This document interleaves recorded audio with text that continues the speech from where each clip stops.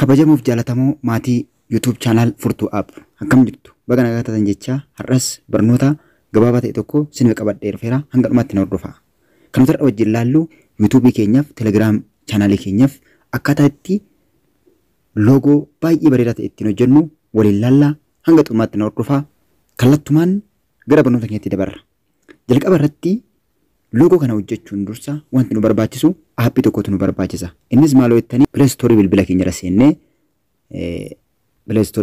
seennee aappii kana waliin buufanna. Aappiin nuti logo garaagaraa ittiin hojjechuudhaaf yookiin YouTube baanarii garaagaraa ittiin hojjechuudhaaf nu gargaaru Pixel Lab yookiin Picture Editor jedhama. Pixel Lab jennee search yoo goone yookiin Picture Editor jedhee nuuf fiduu danda'a.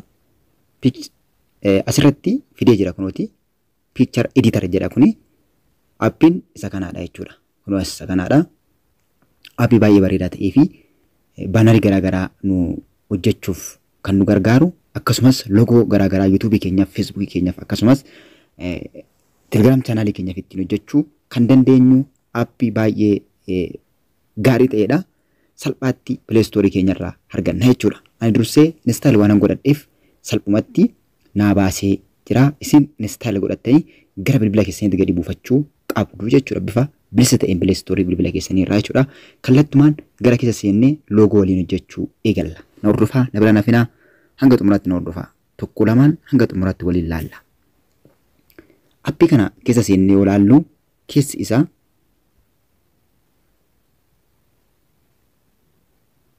aappichi gaafa bannu fuula kana nuuf fida.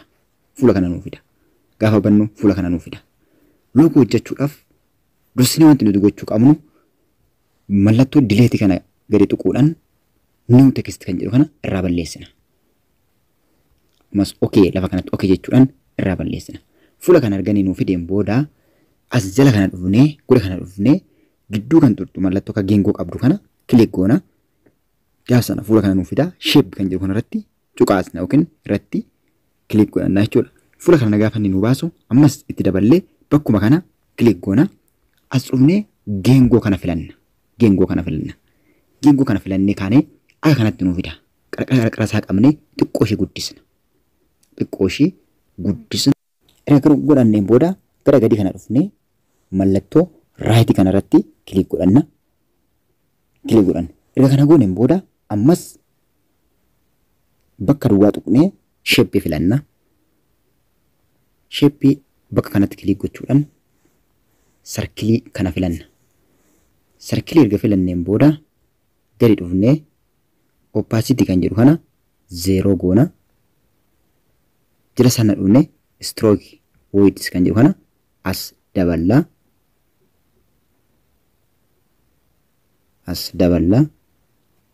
Xiqqootti daballeen booda bal'ifanna.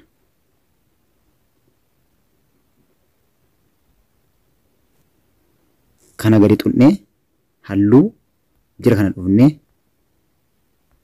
halluu adii irra kaawwanna.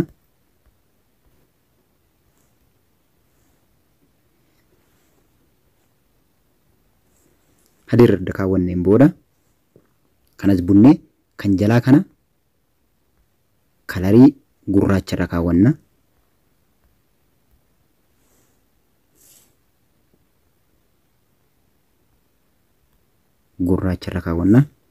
Ergasiin booda walirratti deebisnee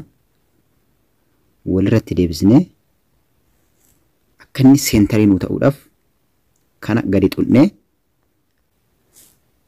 akka inni seentarii nuu ta'uuf isa gurraacha kanarra tuqnee kaanee bakka kana relative position kan jedhu kana asirra goona. Ammas dhufnee asirratti click goona.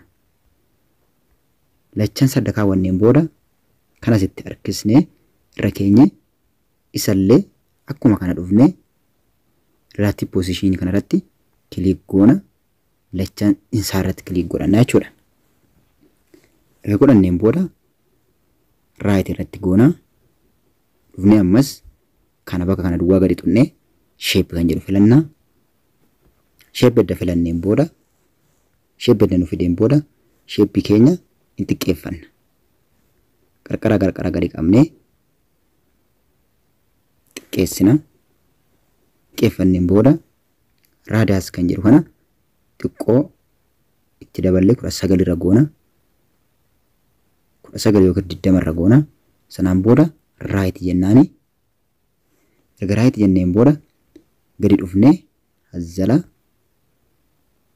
relative position kan jedhu kanarratti dhufnee lachuu centerii godhanna. Centerii erga kana gooneen booda right itti goona.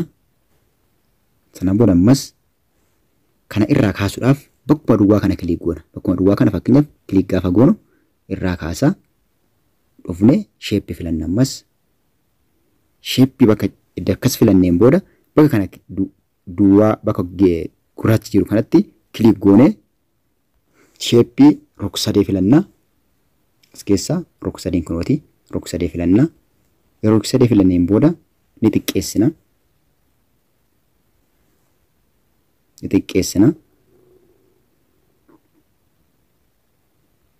Ni xiqqeessina sirriitti.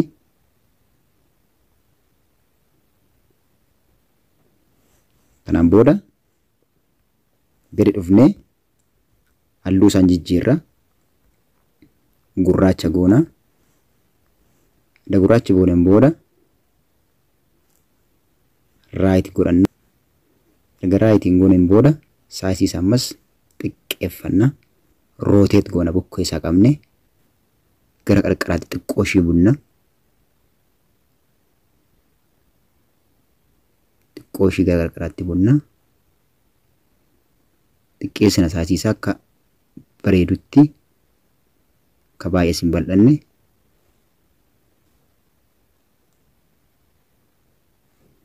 Gara qarqaraatti bunnee xiqqoo ishii akkas gooneen booda right jennaani. Kanaan booda dhufnee bakka plus kana gadi tuquudhaan text kan jedhu kanarratti kilik goona. Textiin inni fide double click goona iddoo kana irra deddeebinee kilik goona. Akka kana nuuf fida. Kana irraa balleeffanna.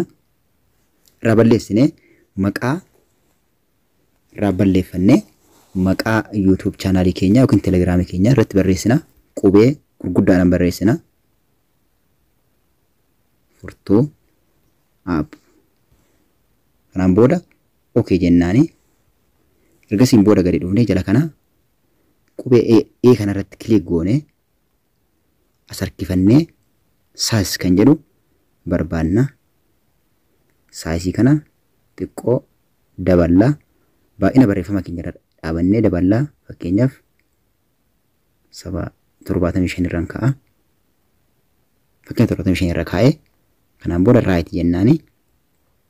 Ammas asuma jala kana dhufnee foonti kan jedhu kanarratti kilik goona. Foontii fakkeenyaaf kareessinii ta'e filachuu dandeessu. Ani fakkeenyaaf kanan filadha. Irratti edda filanneen booda okay jennaani. Okay jenneen booda as harkifnee gara kanatti gadi finna. Kanaan booda ammas jala kana dhufnee karfi kan jettu kanarratti kilik goona. Karfi irratti edda kilik gooneen booda akka inni asii gadi nu dacha'uuf yookaan asii gadi nu deebi'uuf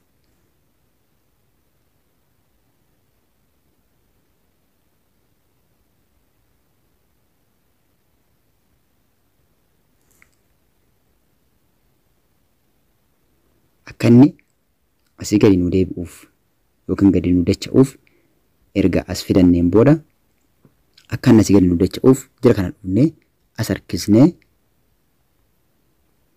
karfi kan jedhu kanarratti kilik goonee kanaan booda akkas dabalaa deemna. Akkas dabalaa deemna. Fakkeenyaaf ilaallata akka bareedee nuuf ta'utti akkas dabalataa deemna. Yoo inni irra darbe as deebisna. Akkas dabalaa deemna.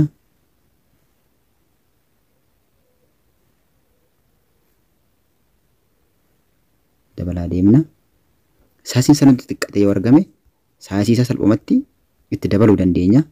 Sirriitti guddatee haa mul'atu yoo jenne saayisii bira dhufnee saayisii asii itti dabaluu dandeenya. Akka barbaannetti itti daballeen booda right jenneeni karfii isaa irra deebinee sirreeffanna gaarii goone jechuudha. Akka kanatti fakkeenyaaf furtuu app jedha. Bakka erga kana gooneen booda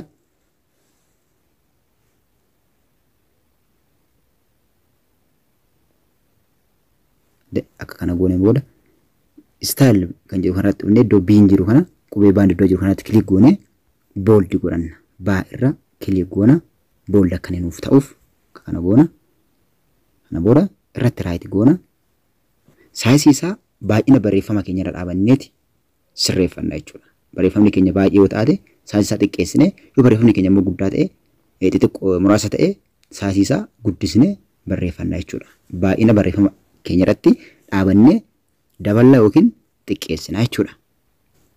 Bakka hidhuu kana dhufnee kilik goonee text kan jedhu irratti kilik goona. Dhufnee si'a lama dabilii kilik gooneen booda irraa balleessinee waan barbaadan jala isaatti barreessina. YouTube jedheen barreessa. Erga barreessineen booda okay jennaani. Ammas akkuma amma jala kana dhufnee saayizii itti daballa. Saayizii irratti kilik gooneen booda saayizii xiqqoo as harkifnee hanga nuu ta'a jenne harkisnee itti daballa. Kanaan booda right jennaani. Right deenneen booda as dhufnee as harkifnee right deenneen booda as harkifnee foontii filanna. Foontii kan jedhu irratti kilik goonee foontii nutti tole filanna. Ammas ani kanuma filadha. Irratti kilik goona.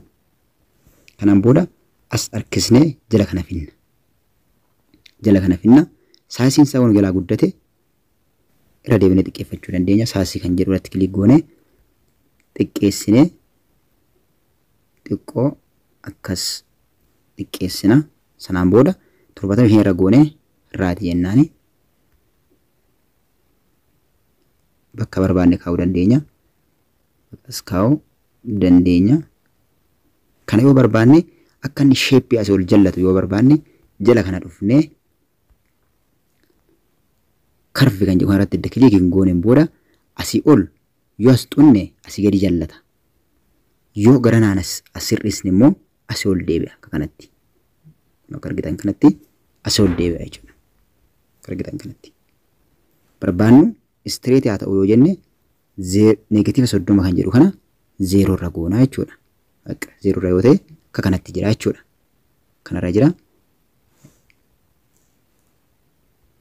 Karviin nu barbaachisoo ta'ate akka kanatti dhiisuu dandeenya jechuudha. Erga akka kana godhanneen booda bakka mallattoo akka rectangle jirtu kana irratti kilik goona. Irratti kilik gooneen booda dhufnee jala isaatii bakka kana x fi right bakka qabu kanarratti kilik goona. Sanaan booda kana hunduma isaanii keessatti kilik goona jechuudha. Hunduma isaanii keessatti right goonee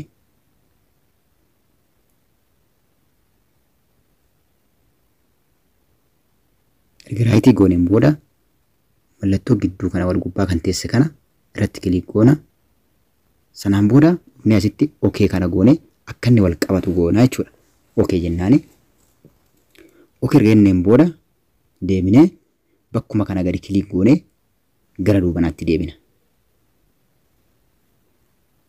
Gara duubanaatti deebina. Asirratti kilik edda gooneen booda dhufnee gidduu kan jirtu kanarratti kilik goone as harkifannee bakka mallattoo eraser kan jedhu mallattoo morma namaa qabu kana irratti kilik goona. Sanaan booda as banna kana jechuudha. Erga banneen booda toleraansii kan jedhu kana as harkisnee 70 goona jechuudha. 70 adda gooneen booda 70 adda gooneen booda right jennaani. Right kana cuqaasna jechuudha. Right kana adda cuqaasneen booda bakka duwwaa irratti kilik goonee as dhufnee shape kan jedhu kana filanna. Shape adda filanneen booda ol harkifannee kalarii halluu gurraacha irra godhanna. Halluu gurraacha adda gooneen booda right goona. Sanaan booda xiqqeessina jechuudha. Baay'ee xiqqeessina. Hanga mul'annetti baay'ee xiqqeessine denneen booda okay naan jechuudha. Sanaan booda ammas bakka kana dhufnee irratti kilik goonee jala kana dhufnee mallattoo right fi x iddoo qabu kana irratti kilik goonee dhufnee kana lamaan right goona. Kanaan booda dhufnee tuqaa mallattoo akka rectangle bakka jirtu wal gubbaa bakka jirtu kana irratti kilik goonee kana booda are you sure you want to merge kan jedhu kana irratti okay jenneeni merge goona. Merge okay jenneeni booda dhufnee ammas bakkuma kana xunnee duubanatti as deebina. Erga deebineen booda amma kanarratti kilik goonee texture isaa jijjiiruu dandeenya jechuudha. Bifa barbaannetti bifa nuti tolletti jijjiiruu dandeenya. Halluudhaan gochuu dandeenya. Texture filachuu dandeenya. Jala kanas dhufnee fakkeenyaaf bakka kanatti bakka kana xunne halluutti nu jijjiiruu danda'a. Bakka kana yoo filanne immoo texture bilbila irraa qabnutti nu jijjiira jechuudha. Fakkeenyaaf texture filadhee ilaalu. Texture gosa garaa garaatu jira. Fakkeenyaaf kanarra kaa'uu dandeenya yookiin kanarra kaa'uu dandeenya. Textureewwan mallattoo daabaa qaban kana yoo barbaadan Telegram channel irra isiniif nan kaa'a. Yoo itti fayyadamuu barbaadan buufattee itti fayyadamuu dandeessu. Furtuu app Telegram channel irra argachuu dandeessu. Kana keessa fakkeenyaaf ani kanan barbaade tokko fakkeenyaaf kana fudhee sanaan booda right jennaani fuula akka kanaa nuuf qabaata. Walitti maxxansinee akka bareedu gochuu dandeenya. Akka inni jalaan ciccinne maxxansinee akka bareedu gochuu dandeenya. Halluu gochuu barbaanne bakka kana gadi xunnee halluutti jijjiiruu dandeenya. Garuu dursaa bakka kana bakka texture jedhu kana gadi xunnee kaanee kana cufaa gochuu qabna. Delete gochuu qabna. Kana delete goonee gaafa kaane delete goonee right goonee dhufnee bakka halluu kana jalaa halluu kana banaa taasisna jechuudha. Kan barbaanne irra goona. Halluu barbaanne. Fakkeenyaaf diimaa irra gochuu dandeenya. Bakka kanatti jechuudha. Background isaa erga diimaa irra gooneen booda right itti goonee background isaa bakka kana dhufnee bakka kana bakka rectangle jirtu kana click goonee background isaa kan barbaanne irra kaa'uu dandeenya. Texture transparent gochuu dandeenya. Akka kanatti banaa kan ta'e jechuudha. Transparent uumaa kan of duubaa hin qabne transparent gochuu dandeenya. Akka kana fayyadamnee guutummaatti save gochuu dandeenya. Kun karaa tokkodha. Yoo barbaanne immoo akka kanatti save gochuu yoo barbaanne bakka kana dhufnee click goonee save image kan jedhu kana irratti edda click gooneen booda dhufnee default kan jedhu kana dhufnee as xunnee ultra irra kaa'uu qabna. Ultra kanarra keenyee sanaan booda save to gallery goonaa jechuudha. Kana jechuun PNG dhaan jira jechuun keessa duubni isaa halluu hin qabu jechuudha. Duwwaasaa jira jechuudha. Duwwaasaa jira jechuudha. Amma save gochuu dandeenya. Yoo barbaanne immoo background isaa kana amma halluu biraatti jijjiiruu dandeenya. Bakka color jettu kana dhufnee kaanee irratti okay jennee halluun jala kana jira jechuudha. Halluun barbaanne jala kana jira. Halluun barbaanne fakkeenyaaf adii gochuu dandeenya. Duuba isaa adii gochuu barbaanne akka kanatti adii ta'a jechuudha. Kanatti save ta'a jechuudha. Halluu barbaanne irra gochuu dandeenya. Gradient coloriin jira. Halluun biroon jira. Akka kanatti halluu baay'ee mimmiidhagaatu jira. Jijjiiruu dandeenya akka kanatti jechuudha. Erga kanatti jijjiirreen booda bakka kana tunnee right goona save gochuu barbaanne akkuma kana bakka kana dhufnee gadi tunnee kaanee save kan jedhutti click goonee save to gallery goonee save goonaa jechuudha. Yookiin immoo 3D fayyadamuu yoo barbaanne kana jala dhufnee bakka mallattoo kanatti gidduu kanatti click edda gooneen booda as harkifannee jala kana 3D kan jedhu jira. 3D kan jedhu jira. Dursa garuu asii inboxii banaa ta'uu qabu gochuu qabna jechuudha. Inboxiin banaa ta'uu qaba. Inboxii cufaa kana banaa gochuu qabna jechuudha dursa. Banaa dagooneen booda kana intensity kan jedhu kana 83 laayitii 51 specular address kanas hanga barbaanne jechuudha. Oofne akkas irratti ilaallee ija keenya irra dhaabannee sirreeffachuu dandeenya jechuudha. Akka barbaanne ol dabaluu dandeenya, gadi butuu dandeenya, hanga barbaanne gochuu danda'a jechuudha. Akka ija keessanitti toletti sirreeffachuu dandeessu. Biliif kan jedhu kanallee biivil kan jedhu kanallee akka kana gochuu dandeenya jechuudha. Akka barbaanne gochuu dandeenya jechuudha. Wanti kun jiru ija keenya irra dhaabannee erga sirreeffanneen booda dhufnee raayit addatti gooneen booda 3D isaa akka barbaanne sirreessuu dandeenya. 3D kana dhufnee 3D asii open gaafa goonu mallattoo kana qabaata. Dhufnee deebsi kan jiru kana gadi qannasuu qabna jechuudha. Akka nu mul'atu akka kanatti jechuudha. At least lamarra kaa'uu dandeenya jechuudha. Kun lamarra kaa'amee jira jechuudha. Kanaan booda shape isaa goda kana jira. Guutummaan isaa X, Y, 3D rotation nas jira jechuudha. Fakkeenyaaf amma 0 irra jira. Akka dabaluu waan barbaade bakka ida'uu kanan tuqaa, hir'isuu waan barbaade immoo fakkeenyaaf bakka ida'uu kana tuqee isin agarsiisu. Bakka ida'uu kana gaafa xunnu akkana mallattoo kana horataa deemaa jechuudha. 3D ta'ee naanna'aa deema argitan. Hanguma dabalaa deemnu naanna'aa deema jechuudha. Duuba deebisuu barbaanne immoo bakka hir'isuu kana gadi xunna yookiin immoo akkanatti sirreessuu dandeenya jechuudha. Akkanatti kana olii gadi oofne sirreeffachuu dandeenya jechuudha. Hanga barbaannetti sirreessuu dandeenya 3D isaa jechuudha.